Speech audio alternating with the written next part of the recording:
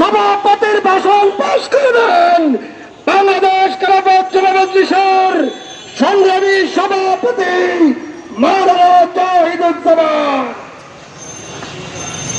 নাহমাদুহু ওয়া নুসাল্লি আলা রাসূলিহিল কারীম, আম্মা বা'দ। বাংলাদেশ খেলাফত মজলিস কেন্দ্রীয় উদ্যোগে আয়োজিত আজকের এই বিক্ষোভ মিছিল পরবর্তী সমাবেশে উপস্থিত সংগ্রামী ভাইয়েরা, আমার আজকে মৌলিকভাবে তিনটি দাবিতে আমরা আজকের বিক্ষোভ মিছিল পালন করছি।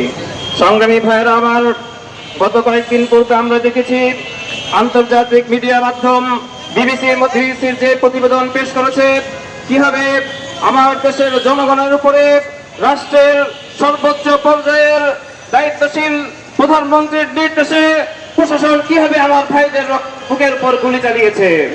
সংগ্রামী ভাইয়েরা আমার, আফসোস করতে হয় যে এই 2000 শহীদের রক্তের উপর বর্তমান সরকার দাঁড়িয়ে রয়েছে। আজ 1 বছর অতিবাহিত হয়ে গেল, সেই গণহত্যার বিচারের প্রকাশ্য কোনো অগ্রগতি আমরা দেখতে পাই না।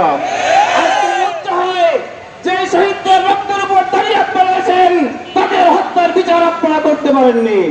সংগ্রামী ভাইয়েরা আমার, আমরা দেখেছি গত কয়েকদিন পূর্বে পতিত ফ্যাসিবাদের দশক ফ্যাসিবাদী শেখ হাসিনার পুত্র জয় জুলাইয়ের গণঅভ্যুত্থানকে দাঙ্গা বলে আখ্যায়িত করেছে। সংগ্রামী ভাইয়েরা আমার, শুধু তাই নয়, আমাদের দেশের একটি সবচেয়ে বড় দল দাবিদার তাদের একজন কেন্দ্রীয় নেতা এই জুলাই অভ্যুত্থানকে আবেগ বলে কটাক্ষ করেছে। আমরা স্পষ্ট বলতে চাই, ছাত্র জনতার যদি এই আবেগে আন্দোলন করা হতো তাহলে আপনারা স্বাধীনভাবে কথা বলতে পারতেন না। এই জন্য আমরা স্পষ্ট বলতে চাই, জুলাইয়ের গণঅভ্যুত্থানকে জুলাই স্থলের মাধ্যমে জাতীয় সরকারিভাবে স্বীকৃতি দিতে হবে। অন্যথায় অচিরেই হয়তো আমরা দেখতে পাবো এই জুলাই গণঅভ্যুত্থানকে গণবিদ্রোহ নাম দিয়ে তারা ইতিহাস বিকৃত করবে।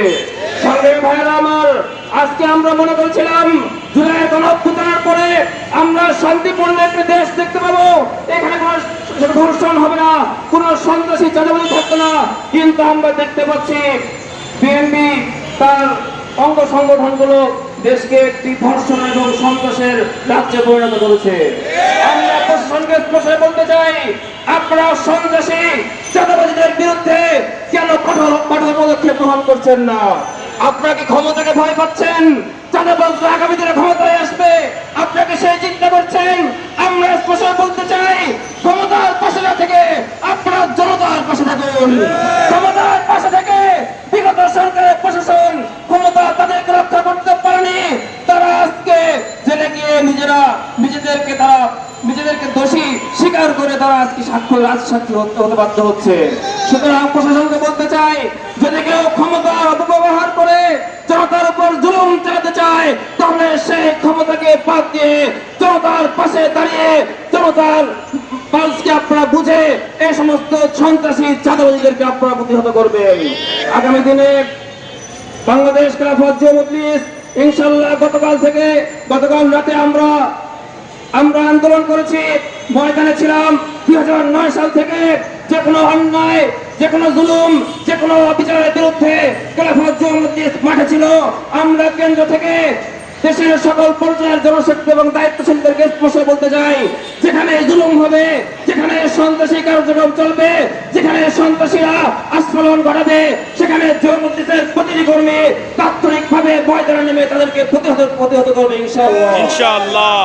সংগ্রামী ভাইয়েরা আমার, দায়িত্বশীলরা বলেছেন জাতিসংঘের যে মানবাধিকার কমিশনের কার্যালয় স্থাপন করার যে সিদ্ধান্ত সরকার গ্রহণ করেছে, আমরা সুন্দরভাবে বলছি আপনারা এই সিদ্ধান্ত থেকে সরে আসুন। আপনারা যদি এই সিদ্ধান্ত বাস্তবায়ন করতে যান তাহলে দেশে আবার গৃহযুদ্ধ ভাবতে পারে। জুলাইয়ের অভ্যুত্থানে আমরা জীবন দিতে শিখেছি, আমরা রক্ত দিতে শিখেছি। সুতরাং জেলাতি জীবন দিতে শিখে, জেলাতি রক্ত দিতে শিখে, তাদের উপর কোনো কিছু চাপিয়ে দেওয়া যায় না। সুতরাং আপনারা যদি এই সিদ্ধান্ত থেকে ফিরে না আসেন তাহলে আবার অভ্যুত্থান হবে।